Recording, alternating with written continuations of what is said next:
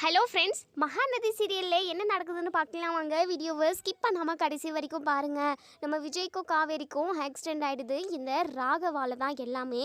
விஜய்க்கும் காவேரிக்கும் எதுவும் ஆகக்கூடாது அப்படின்னு நினைக்கிறவங்க இந்த வீடியோ கீழே கமெண்ட் பண்ணி லைக் பண்ணி தெரிவிங்க. இப்போது இங்கே நம்ம விஜய்க்கும் காவேரிக்கும் நிறைய பிளட் லாஸ் ஆகிடுது. அக்கம் பக்கம் உள்ளவங்க எல்லாருமே ரொம்பவே ஃபீல் பண்ணி அழுகுறாங்க. விஜயும் காவேரியும் இருக்கிற நிலமையை பார்த்து நிறைய பிளட்டு கீழெல்லாம் ரோட் ஃபுல்லாகவே பிளட்டு தான். ஆம்புலன்ஸுமே வருது. விஜயும் காவேரியும் ஹாஸ்பிட்டல் கொண்டு வந்து சேர்த்துறாங்க. இங்கே நம்ம டாக்டர் நர்ஸ் எல்லாமே விஜய் ஒரு பக்கம் பார்க்குறாங்க, ஒரு பக்கம் நம்ம காவேரிக்கு ட்ரீட்மெண்ட் போய்கிட்டு இருக்கு. நர்ஸ் ரொம்பவே பயப்படுறாங்க, பதட்டமும் படுறாங்க. ஏன்னா ஆக்சிடெண்ட் ஆகி ரொம்பவே பிளட் லாஸ் ஆகிருக்கு. அது மட்டும் இல்லாமல் காவேரி ப்ரெக்னெண்ட்டாக இருக்காங்க, நிறை மாத கர்ப்பிணி. இன்னும் கொஞ்ச நாளில் அவங்களுக்கு டெலிவரி பெயின் நல்லபடியாக ஹாஸ்பிட்டலுக்கு வந்திருப்பாங்க. இப்போது இப்படி ஆக்சிடெண்ட் ஆகிருக்கே, நிறைய பிளட் லாஸ் ஆகிருக்கு. அதாவது டெலிவரி டைமில் நிறைய பிளட் தேவைப்படும் அப்படின்ற மாதிரி நர்ஸ் இங்கே டாக்டர்கிட்ட சொல்கிறாங்க. டாக்டருமே எப்படியாவது காவேரி நம்ம காப்பாற்றியே ஆகணும், குழந்தைக்கும் எந்த பாதிப்பும் வரக்கூடாது, காவேரிக்கும் எந்த பாதிப்பும் இருக்கக்கூடாது.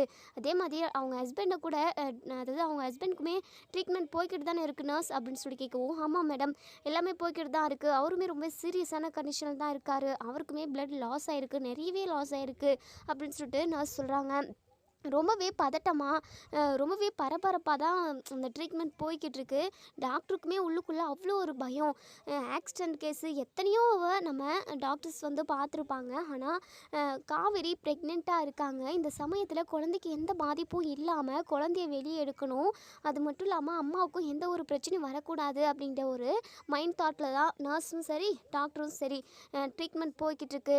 இப்போது எங்கள் நர்ஸ் மேடம், குழந்தை உள்ளே இருக்கிறது இப்போதைக்கு நல்லது இல்லை தானே அப்படின்னு சொல்லிட்டு, ஆமாம் நர்ஸ் சிஸ்டர்ஸ், அதுதான் நான் பார்த்துக்கிட்டு இருக்கேன், எனக்குமே ரொம்ப பதட்டமாகவும் பயமாகவும் இருக்குது.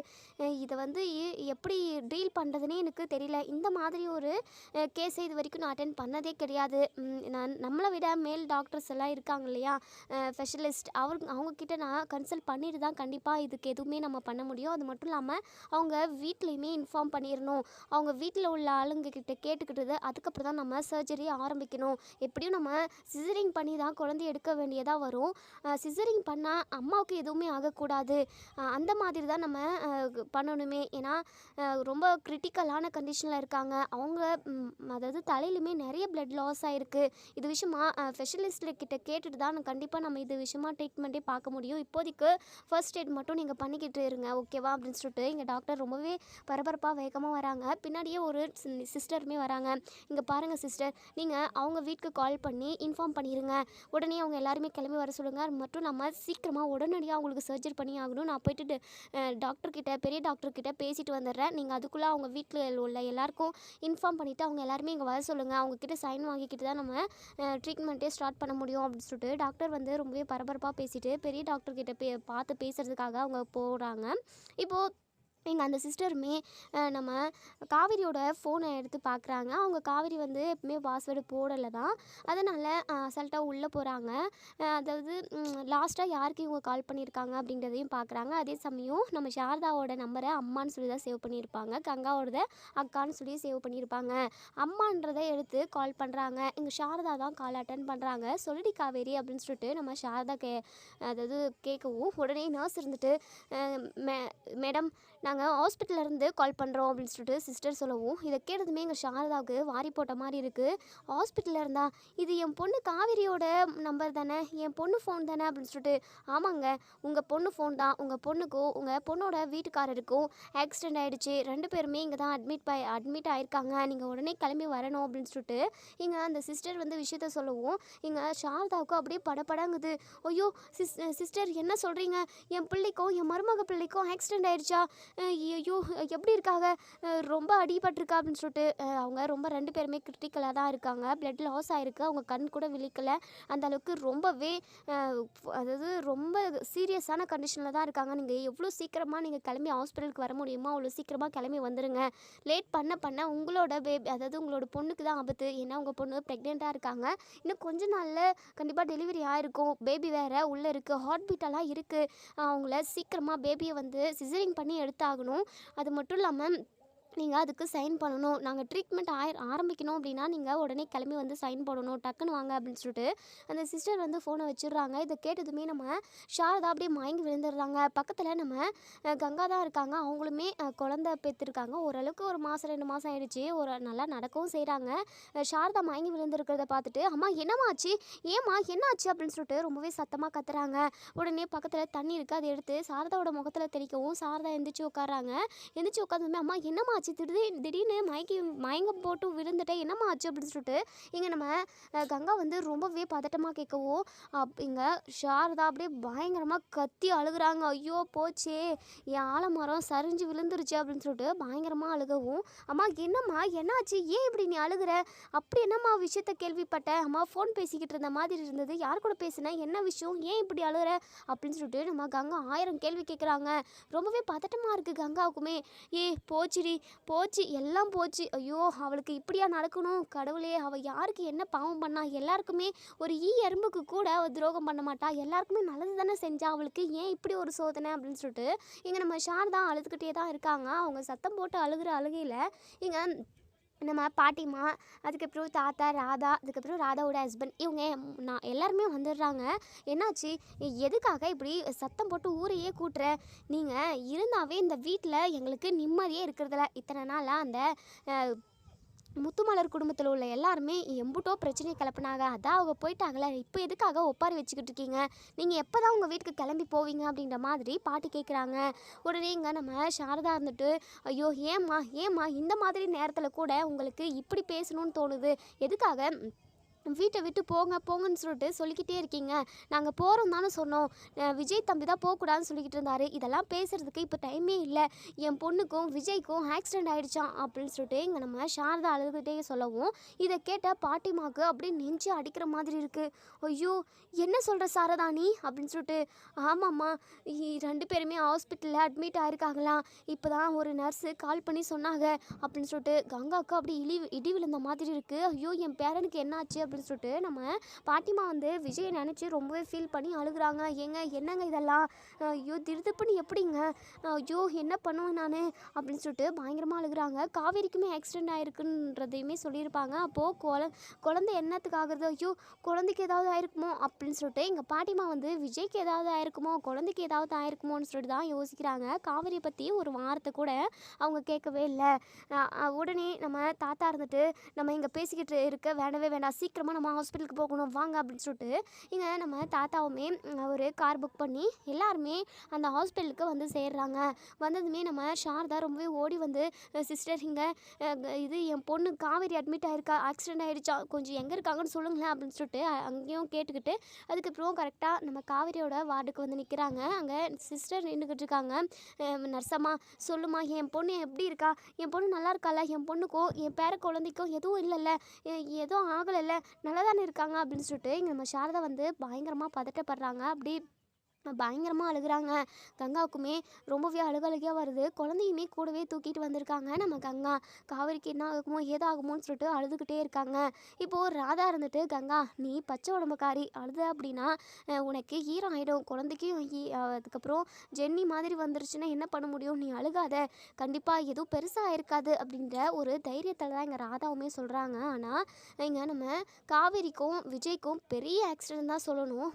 மொத்த பிளட்டும் கீழே சிந்திருச்சு, அதாவது கீழே போயிருக்குன்னா அந்த அளவுக்கு அதாவது எல்லாருமே 2 பேருமே ரொம்பவே சீரியஸான கண்டிஷனில் தான் இருக்காங்க. இவ்வளோ சீரியஸெல்லாம் இருக்காதுன்ற ஒரு நல்ல நம்பிக்கையில் தான் அங்கே ராதாவும் சரி பாட்டிமா நம்ம தாத்தாவும் 3 பேர் வந்திருக்காங்க. ஆனால் அவங்க பொழைப்பாங்களா மாட்டாங்களான்றதே டவுட்டு தான், அந்த அளவுக்கு ரொம்பவே கிரிட்டிக்கலாக தான் இருக்காங்க. இப்போது டாக்டருமே வராங்க. டாக்டரை பார்த்ததுமே நம்ம பாட்டிமா இருந்துட்டு டாக்டரம்மா என் பேரன் எப்படி இருக்கான், விஜய் எப்படி இருக்கான், அவனுக்கு எதுவும் இல்லைல்ல அப்படின்னு சொல்லிட்டு அங்கே பாருங்கள் ட்ரீட்மெண்ட் போய்கிட்டு தான் இருக்குது, என்ன ஏதுன்னு இப்போ எங்களால் எதுவுமே சொல்ல முடியாது, இப்போதைக்கு இந்த ப்ரெக்னெண்ட்டாக இருக்காங்களே காவேரி, அவங்களோட வயிற்றில் உள்ள குழந்தைய சிசரிங் பண்ணி எடுத்தே ஆகணும், உயிர் பொழைப்பாங்களான்றதே எங்களுக்கு டவுட்டாக தான் இருக்குது, அந்த மாதிரி கிரிட்டிக்கலான சுச்சுவேஷனில் இருக்காங்க, ப்ரெக்னெண்ட்டாக இருக்கிறதுனால ரொம்பவே ஒரு மாதிரி எங்களுக்கே பயமாக இருக்குது.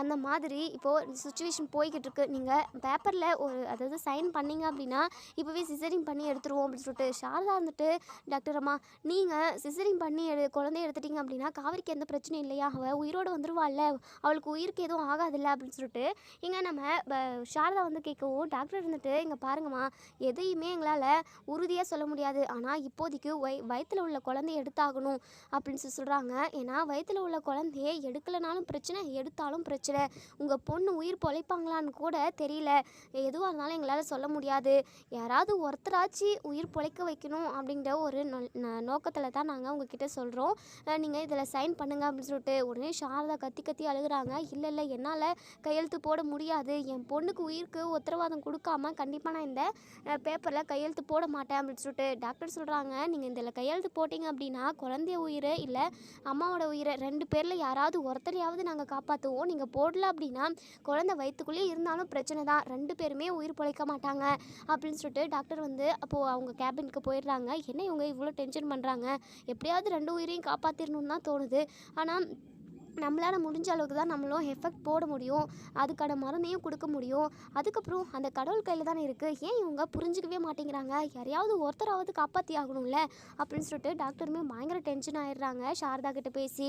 இன்னொரு சைடு இங்கே நம்ம பாட்டிமா கத்தி கத்தி அழுதுகிட்டு இருக்காங்க. ஐயோ, விஜயும் இப்போ இல்லை, விஜய்க்கு வரப்போகிற வாரிசும் உயிரோடு வருமா என்னன்னு தெரியலையே, இந்த விஜய்க்கு நான் எத்தனையோ டைம் தலைப்படம் அடிச்சுக்கிட்டேன், எப்போ கார் ஓட்டிகிட்டு போனாலும் மெதுவாக போடான்னு சொல்லிட்டு, இவன் எந்த ஞாபகத்தில் போனான்னு தெரியலையே, அவனுக்கு எக்கச்சக்கமான பிரச்சனை ஆஃபீஸில் வீட்டில்னு சொல்லிட்டு எல்லா பிரச்சனையும் தீர்த்து வைக்கிறதுக்கே சரியாக போகுது, முக்கியமாக இந்த காவேரி குடும்பத்தில் உள்ளவங்களோட பிரச்சனையை தீர்த்து வைக்கிறதுக்காக போய் தான் இப்படி ஆகிப்போச்சு அவனுக்கு.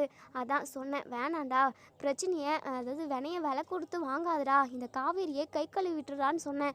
அப்படி நான் சொன்னப்போ நான் சொல்கிற பேச்சு அன்றைக்கே கேட்டிருந்தான் அப்படின்னா இவனுக்கு இப்படி ஒரு நிலமை வந்திருக்குமா அப்படின்னு சொல்லிட்டு பாட்டிமா ஒரு பக்கம் அழுதுகிட்டு இருக்கவும், ஏற்கனவே நம்ம சாரதா ரொம்பவே நொந்து போயிருக்காங்க. இந்த டைமில் இந்த பாட்டிமா இப்படியெல்லாம் பேசிக்கிட்டு இருக்கவும் கங்காவுக்கு பயங்கரமாக கோவம் வருது. காவேரியோட உயிரே அதாவது காவேரி உயிரோடு வருவாளா என்னன்னு எங்களுக்கே தெரியல, நாங்களும் அழுதுகிட்டு தானே இருக்கோம், காவேரிக்கு இப்படி ஒரு ஆக்சிடென்ட் நடந்திருக்கு, ஏதோ உங்கள் பேரனுக்கு மட்டும் நடந்த மாதிரி என்னென்னமோ பேசிக்கிட்டு இருக்கீங்க, நாங்கள் தான் எல்லாத்துக்கும் காரணன்ற மாதிரி பேசிகிட்டு இருக்கீங்க, சுச்சுவேஷன் என்ன பண்ண முடியும், கார் ஏதோ ஒரு ஞாபகத்தில் விஜய் கார் ஓட்டிகிட்டு போயிட்டு இப்படி ஆக்சிடென்ட் ஆகிடுச்சு, இதுக்கு இப்படி தான் பேசிக்கிட்டு இருப்பீங்களா, இதுக்கும் காவேரியும் நாங்களும் தான் காரணம்னு சொல்லுவீங்களா, உங்களுக்கு கொஞ்சம் கூட மனசாட்சியே இல்லையா, நாங்களும் நொந்து போய் தானே இருக்கோம் அப்படின்னு சொல்லிட்டு எங்கள் கங்கா வந்து பேசுவோம். ஏம்மா நீ கொஞ்சம் சும்மா இருக்கியா, உங்கள் குடும்பத்தால் தான் இப்போது விஜய் இப்படி இருக்கான் அப்படின்னு சொல்லிட்டு எங்கள் பாட்டிமா வந்து சத்தம் போடுவோம். உடனே எங்கள் சிஸ்டர் இருந்துட்டு, என்ன எதுக்காக இப்படி சந்தை மார்க்கெட் மாதிரி 2 பேரும் இப்படி சண்டை போட்டுக்கிட்டு இருக்கீங்க, சத்தம் போடாமல் இருங்க, பேஷண்ட்டுக்கு டிஸ்டர்பன்ஸாக இருக்கும், இந்த மாதிரி சத்தம் போட்டிங்க அப்படின்னா உங்களை எல்லாருமே வெளியே அனுப்பிடுவேன் அப்படின்னு சொல்லிட்டு சிஸ்டர் சொல்லவும், உடனே தாத்தா இருந்துட்டு, ஏன் கல்யாணி, ஏன் இந்த நேரத்தில் கூட இப்படி பண்ணிக்கிட்டு இருக்க, எதுவும் பேசாமல் அமைதியாக இரு, அந்த கடவுள் மேலே எல்லா பாரத்தையும் போடு, கண்டிப்பாக நம்ம விஜய் நமக்கு திரும்ப கிடச்சிருவான், நம்ம நம்புவோம், நீ எதுவும் பேசாமல் அமைதியாக இரு கல்யாணி. அது எப்படிங்க, என்னால் பேசாமலாம் இருக்க முடியலைங்க, இப்போ இவனுக்கு இப்படி ஒரு ஆபத்து, அவன் உயிரோடு மட்டும் வரல அப்படின்னா இந்த காவிரியோட குடும்பத்தையே நான் கொன்று போட்டுருவேங்க அப்படின்னு சொல்லிட்டு எங்கள் பாட்டிமா ஒரு பக்கம் பயங்கரமாக கத்திக்கிட்டு இருக்காங்க. இப்போது டாக்டர் வந்து சாரதாவை கேட்குறாங்க, என்னம்மா உன் பொண்ணுக்கு நாங்கள் சிசரிங் பண்ணட்டுமா வேண்டாமா, நீங்கள் சொல்கிறத வச்சு தான் நாங்கள் ட்ரீட்மெண்ட்டவே ஆரம்பிப்போம் அப்படின்னு சொல்லிட்டு கேட்குறாங்க.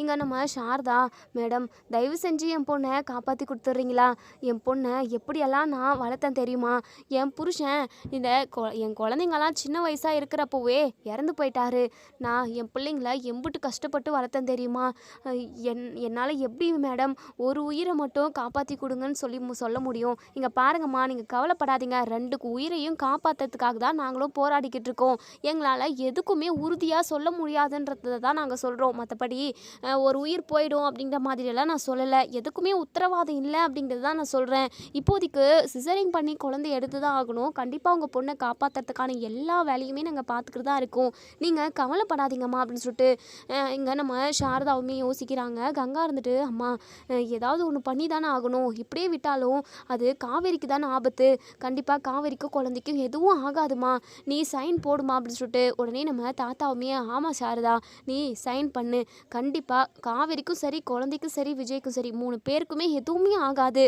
அப்படின்னு சொல்லிட்டு ஒரு நம்பிக்கையில் இப்போது சைன்மே பண்ணிடுறாங்க.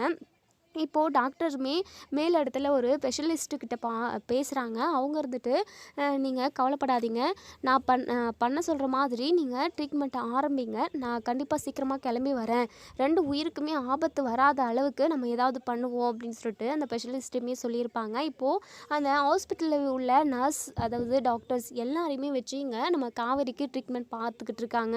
இன்னொரு சைடு இங்கே நம்ம விஜய்க்குமே ட்ரீட்மெண்ட் போய்கிட்டு தான் இருக்குது. விஜயோட ரூமில், அதாவது அந்த வார்டில் ஒரு சிஸ்டர் இருக்காங்க.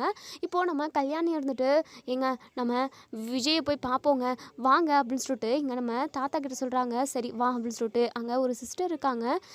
என் பேரனை பார்க்கலாமா அப்படின்னு சொல்லிட்டு, தாராளமாக பார்க்கலாம், ஆனால் பேஷண்ட்டை டிஸ்டர்பன்ஸ் பண்ணாதீங்க, ஒரு நிமிஷம் பார்த்துட்டு உடனே வெளியே வந்துடுங்க அப்படின்னு சொல்லி சொல்கிறாங்க.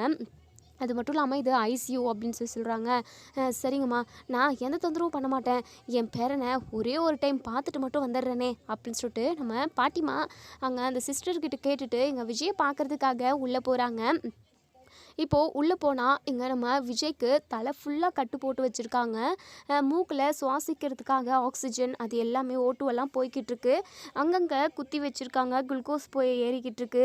இப்படி என்னென்னமோ பண்ணி வச்சுருக்காங்க. அதெல்லாம் பார்த்துட்டு இங்கே நம்ம பாட்டிமாக்கும் அப்படியே வெள்ளன்னு வர மாதிரி இருக்குது. அங்கே பார்த்தீங்களாங்க விஜயோட நிலைமையை பார்த்தீங்களாங்க, அவன் எப்படியெல்லாம் இருக்கணும்னு சொல்லிட்டு நான் எப்படியெல்லாம் ஆசைப்பட்டேன், பணம் காசு சொத்து நகை வீடு பங்களான்னு எல்லாமே இருக்குங்க, ஆனால் விஜயோட வாழ்க்கை நல்லா இருக்கணும்னு சொல்லிட்டு எனக்கு அவ்வளோ ஒரு ஆசை, ஆனால் அவனோட வாழ்க்கையில் அவனே மண்ணை வாரி போட்டுக்கினானுங்க அப்படின்னு சொல்லிட்டு பயங்கரமாக அழுகுறாங்க. அதெல்லாம் பேசி ஒரு பிரயோஜனமும் இல்லை கல்யாணி, இப்போ நீ விஜயை பாரு, கண்டிப்பாக விஜய்க்கு எதுவும் ஆகாது, நீ நம்பிக்கையோடு இரு அப்படின்னு சொல்லிட்டு நம்ம விஜய் வந்து சொல்கிறாங்க.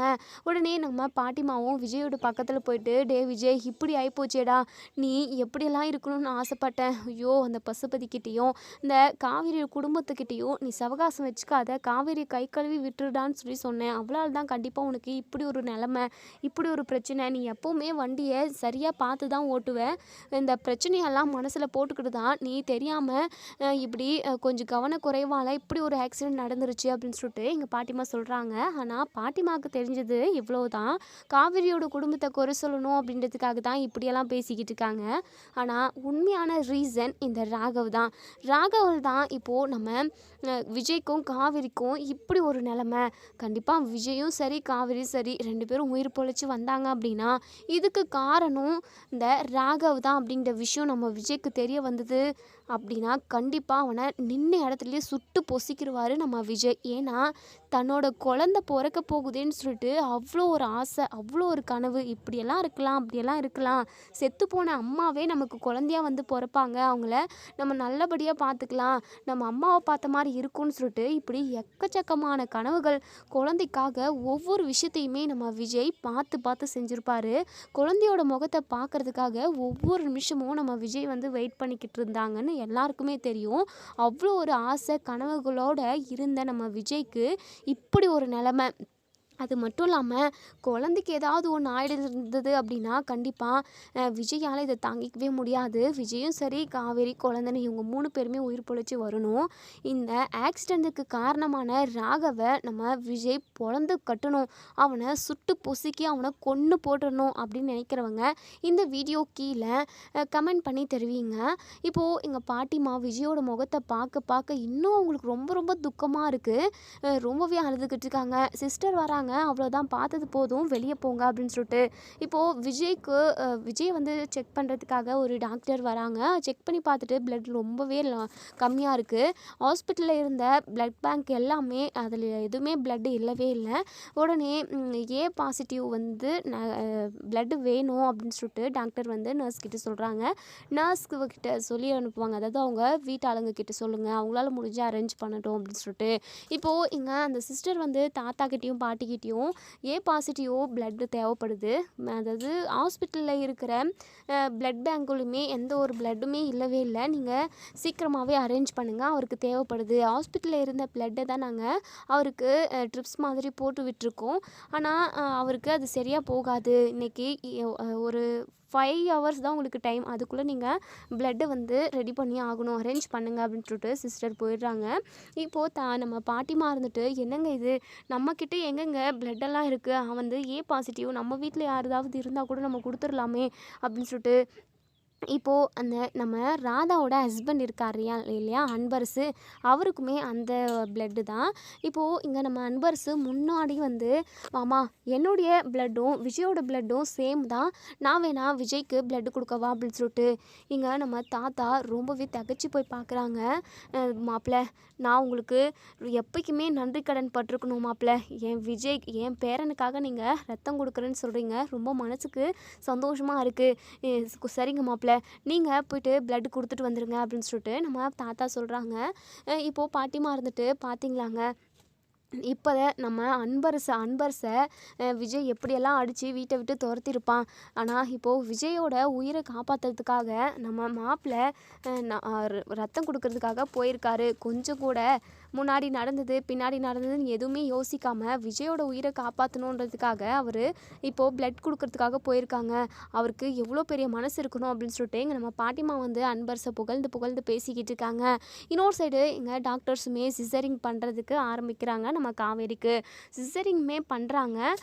பண்ணி அதாவது கொஞ்ச நேரத்தில் அந்த குழந்தையுமே வெளியே எடுத்துடுறாங்க. குழந்தை ஆரோக்கியமாக இருக்கணுன்றதுக்காக விஜய் ஒவ்வொன்றுத்தையுமே பார்த்து செஞ்சுருப்பாங்க. நம்ம காவேரிக்கு குழந்தை எந்த ஒரு எஃபெக்டும் ஆகாமல் ஆரோக்கியமாக நல்லா இருக்குது.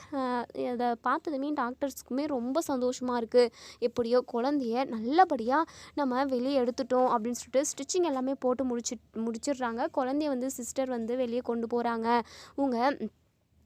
அதாவது உங்கள் பொண்ணுக்கு பெண் குழந்தை பிறந்திருக்கு அப்படின்னு சொல்லிட்டு சாரதா கிட்ட குழந்தைய போய் காட்டுவோம். சாரதாவுக்கு ரொம்ப சந்தோஷமாக இருக்குது.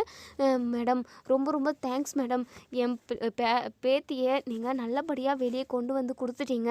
என் பொண்ணு அப்படின்னு சொல்லிட்டு கேட்கவும், கவலைப்படாதீங்க, உங்கள் பொண்ணுமே மயக்கத்தில் இருக்காங்க, கண்டிப்பாக அவங்களுமே பொழைச்சி வந்துடுவாங்க. ஆனால் தலையில் இருக்கிற நிறைய ரத்தம் வந்து ஸ்பாயில் ஆகிருக்கு, அவங்களுக்கு நிறைய பிளட் வந்து கொடுக்க வேண்டியதாக இருக்குது.